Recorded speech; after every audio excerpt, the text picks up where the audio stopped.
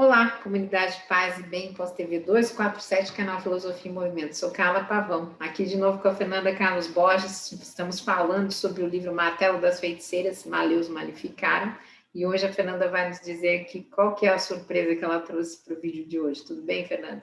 Tudo bem, Carla? Tudo bem, gente? Bom, esse livro aí é imenso, é enorme. Eu estou selecionando algumas coisas só para vocês terem ideia do que é o contexto geral desse pensamento anti-mulher, desse período aqui da Igreja Católica, né? Como nós achamos hoje isso tudo muito absurdo, mesmo naquele tempo algumas pessoas achavam isso absurdo, certo? Então tinha críticos, tinha pessoas que diziam: ah, mas as bruxas não são tão perigosas assim, talvez elas nem existam, vocês estão exagerando. Havia críticos, né? E um dos argumentos que alguns críticos diziam é assim: se as bruxas são tão terríveis, se elas são tão perigosas, por que é que elas não se defendem do próprio inquisidor? Entendeu? Quando vai a comissão de inquisição pegar as bruxas, por que elas não lançam feitiço? Por que não matam eles? Por que não fazem alguma coisa, né, para destruir os próprios inquisidores? Por que eles capturam essas mulheres com tanta facilidade? Que é com muita facilidade. Que eles pegavam essas mulheres, faziam o que faziam e matavam, né? Então, essa é uma questão que eles têm que responder, né? E aí ele responde aqui nessa página 198, ele diz assim, ele vai dizer que esse argumento não quer dizer que as bruxas não são poderosas, não são fortes, não têm o poder do demônio, nada disso, mas é que alguns tipos de homens são imunes à ação da bruxa. Então, é conversinha, né? Conversinha que ele usa para justificar essa pergunta que tirava todo o poder do argumento anti-mulher que eles tinham, usando como desculpa a questão da bruxaria, né? Aí ele diz assim: há três classes de homens abençoados por Deus, a quem essa abominável raça são as bruxas, né? Não tem o poder de injuriar com suas bruxarias. Na primeira estão os que administram a justiça pública contra as suas obras e as levam a julgamento pelos seus crimes. Então, aqui ele está dizendo, os juízes, né, os que ocupam esse cargo da justiça pública, elas não podem atingir com o poder de bruxaria, porque eles têm proteção de Deus para poder fazer isso, né?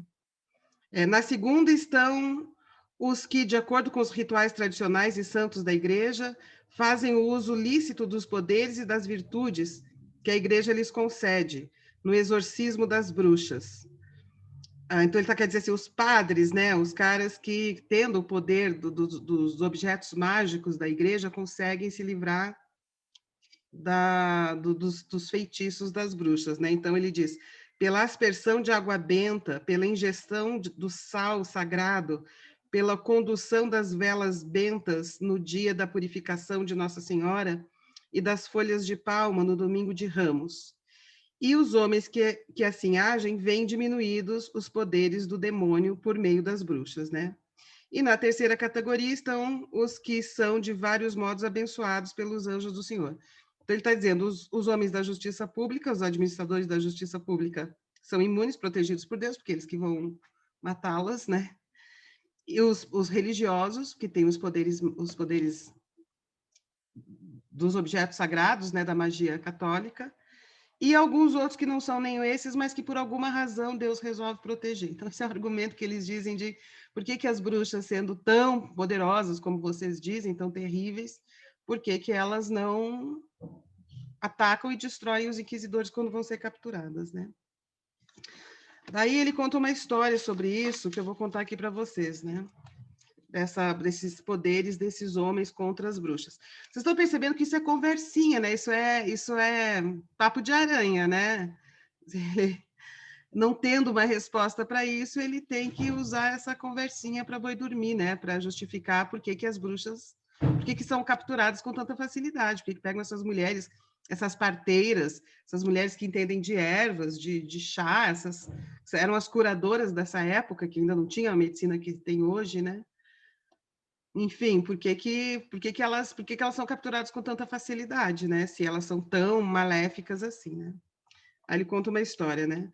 Há muito tempo, na cidade de Ratisbon, os magistrados condenaram uma bruxa à fogueira. Indagados por que os inquisidores nunca eram afligidos pelas bruxarias, como os demais homens, responderam. Então, olha só, a própria população foi lá e indagou, mas se ela é uma bruxa, por que ela não fez nada contra vocês? Por que vocês vão matá-la? né? Se ela é uma bruxa, por que ela está tão vulnerável na mão de vocês, né? Aí eles falam: embora muitas vezes tenham tentado, as bruxas nunca foram capazes de nos fazer mal. Esses inquisidores capturaram essa mulher, né, disseram. E esclareceram. Apesar de não sabermos exatamente o motivo, talvez seja porque os demônios as tenham aconselhado a não fazer. Talvez os demônios tenham aconselhado elas a não usar os poderes malignos contra os próprios captores, né? E ainda acrescentaram: pois que seria impossível enumerar as muitas vezes que já nos importunaram, de dia e de noite, ora na forma de macacos, você aparecia um macaco ali no meio da mata, fazendo alguma coisa, era uma bruxa, era uma dessas mulheres, ora na de cães ou de bodes. Então, andando na rua, um cão começa a latir, é a bruxa, tentando atacar. Um bode é a bruxa. Nos perturbando com seus gritos e insultos, tirando-nos da cama com suas preces blasfemas e colocando-nos ao pé da janela de sua prisão, tão alta que só podia ser alcançada com a mais longa das escadas. Então pareciam fincar na cabeça com violência os alfinetes com que prendiam as suas toucas. E foi assim que as encontramos quando lá subimos, como se quisessem tê-los fincados em nossas próprias cabeças. Mas louvado seja Deus Todo-Poderoso, que, na sua piedade, por nenhum mérito nosso, nos preservou como servos públicos indignos da justiça da fé. Bom, aí, mais para frente, ele aqui já é a segunda parte, né, do livro, onde ele para de fazer especulações teológicas sobre se bruxa existe mesmo ou não, se demônio existe mesmo ou não, que é toda a primeira parte. Aqui, a segunda parte, ele fala das histórias mesmo das bruxas, do comportamento delas e o que fazer com elas, né? Aí ele vai dizer assim, como é que as bruxas vão dominando as pessoas ali no vilarejo, né? Então, isso aqui, esse trecho aqui é muito importante, porque dá para ver como que essas mulheres que eles consideravam as bruxas eram mesmo as parteiras e as curandeiras, mulheres que tinham a sabedoria tradicional das ervas, dos emplastos, da cura mesmo, né? E então fica muito claro, porque ele diz assim, então ele dá um exemplo, né? Os demônios, por meio das bruxas, assim afligem seus vizinhos inocentes com a perda de bens temporais, perda de coisas, né? Para que sejam, por assim dizer, compelidos a suplicarem primeiro pelo sufrágio das bruxas e, ao cabo, a se submeterem aos seus conselhos, como nos tem ensinado diversos episódios. Então, por exemplo, os animais daquela fazendinha ali, estão morrendo, entendeu? Estão com uma doença. Então, eles estão perdendo aquilo. Aí, eles vão consultar uma mulher que sabe um remédio que cura aquele animal. Né? Aí então é isso que eles dizem. Então, só que essa mulher é bruxa. Então, ela vai lá, ajuda, e nessa ajuda o cara vai ficando dependente da sabedoria da bruxa, né? Ou do conhecimento da bruxa, né? Aí ele conta outra história. E a quantas mulheres já vieram a nós se queixar, como inquisidores, de que, quando suas vacas deixam de dar leite por alguma causa ou mal desconhecido, são obrigadas a consultar mulheres suspeitas, possivelmente bruxas, de quem até chegam a ganhar remédios. Então, de fato, percebe? São as mulheres que entendem da medicina tradicional, assim, das plantas, das pastas, das pomadas, são essas que eles estão perseguindo como bruxas, né? Então essas mulheres chegam até. Então, essas pessoas que procuram, a minha vaca parou de dar leite, qual é o problema? Aí vai lá consultar uma dessas mulheres e fala: tem essa pomada aqui que você pode passar no peito da vaca, alguma coisa assim. Então, esta é a que os inquisidores vão dizer que são as bruxas, né? E quando lhes indagam o que tem de lhes prometer em troca, as bruxas respondem que é algo sem muita importância. Aí começa a fantasia. Basta executarem as instruções do mestre com relação a certos momentos durante os ofícios sagrados da igreja, ou então se mostrarem mais reservadas e guardarem-se de certas confissões aos padres. Então, o que ele está dizendo assim, então essas curandeiras, quando elas ofereciam a cura para um animal, para alguma doença, alguma coisa que estava ali, perda desses bens temporais, né? Ofereciam um remédio, um chá, uma pomada, alguma coisa assim, que elas diziam, não quero nada em troca, eu quero só que você, de alguma maneira, sabote o ritual da igreja. O que possivelmente não era assim, né? Porque Se bem que isso aqui eu achei interessante, né? Guardarem-se de certas confissões aos padres. Interessante uma mulher, uma curandeira, dizendo para o Otton, fica contando toda a sua vida para o padre. O padre não tem que saber toda a sua vida. Faz sentido. É. E é interessante que eles são sempre apegados a essa coisa de traição, sabotagem, né? É um movimento conservador que sempre se apega a esse olhar, né? Eles são paranoicos ao extremo. Isso aqui é um tratado de paranoia, né? Como se expressa um paranoico? Uma cultura paranoica, um momento paranoico, assim, né? Do pensamento conservador. Esse livro aqui é bem isso, né? Aí ele fala assim, convém aqui observar um ponto a que já fizemos alusão. No princípio, essa iniquidade se faz por atitudes esparsas, sem maior importância, como, por exemplo, a de no momento da elevação do corpo de Cristo, cuspir no chão. Então, as bruxas diziam, ó, quando o padre levantar lá o corpo de Cristo, você cospe no chão, e isso rompe o poder de Deus. Ou fechar os olhos, ou balbuciar palavras vãs, né? Sabemos do caso de uma mulher que ainda está viva, protegida pela lei secular, e que, quando o padre, durante a celebração da missa, abençoa o povo, essa mulher sempre diz, sempre balbucia, né, umas palavras que ninguém conhece, né, uma coisa estranha. Em outras ocasiões, dizem algo semelhante após terem recebido a absolvição do padre na confissão, né? Tipo, recebe a confissão, aí fala alguma coisa para quebrar o poder do perdão, né? E noutras ainda não confessam todos os pecados, sobretudo os mortais. Então, então as bruxas também são responsáveis por impedir que algumas pessoas confessem todos os seus pecados aos padres, assim, quebrando o poder de Deus, né? E assim, passo a passo, vão sendo levadas à abnegação total da fé e à afirmação abominável do sacrilégio. Aí ele dá um outro exemplo. Duas bruxas, de quem falaremos depois, ao tratarmos de métodos para desencadearem tempestades. Bom, desencadear tempestades, né? Dá vontade de aprender. Será que eu tenho vocação para bruxa, cara? Eu não sei desencadear uma tempestade, mas seria legal para assim, uma seca, você desencadeia uma tempestade. Foram queimadas em Hetsboom. Uma delas confessou, entre outras coisas, o seguinte: padecera de muitos males de origem demoníaca em decorrência de um estranho episódio. Existia uma certa virgem devota quem, por ordem do diabo, deveria seduzir. Essa virgem era filha de um homem muito rico, embora seja necessário mencionar, embora eu não vou falar do seu nome, não, porque ela já está morta, também não quero falar da família, etc. E a feiticeira, assim, foi instruída a convidá-la à sua casa num dia de festa, para que o próprio demônio, na forma de um jovem, pudesse falar diretamente com ela. Embora tivesse tentado fazer-lhe o convite diversas vezes, sempre que a ela se dirigia, a moça se protegia com o sinal da cruz. E não há dúvida de que assim procedia por inspiração de um santo anjo, para repelir as intenções do diabo. Então, ele está falando, olha, fazer o sinal da cruz também protege, né? Tem o poder de proteger da bruxaria. Enfim, aí ele vai contando várias histórias. E aí que quando a bruxa viu que ela fez o sinal da cruz, a bruxa ficou furiosa e disse, vai embora daqui, em nome do demônio, né? A outra tentou levar também uma jovem para ter relações sexuais com o demônio, mas daí ela fez o sinal da cruz e conseguiu fugir e não ser capturada pela bruxa e pelas tentações carnais sexuais do demônio para onde a bruxa estava levando, né? Então, aqui, depois, indo adiante, né, na segunda parte, ele fala só das práticas mesmo das bruxas, ele fala, uma prática comum a todas as bruxas é a cópula carnal com os demônios. Fala, eles têm uma fantasia sexual muito, muito ativa, esses padres inquisidores, né? A mente deles é bem recheada de fantasias sexuais, e eles achavam, então, que, já falei para vocês, né, que as bruxas tinham essas relações sexuais com os demônios.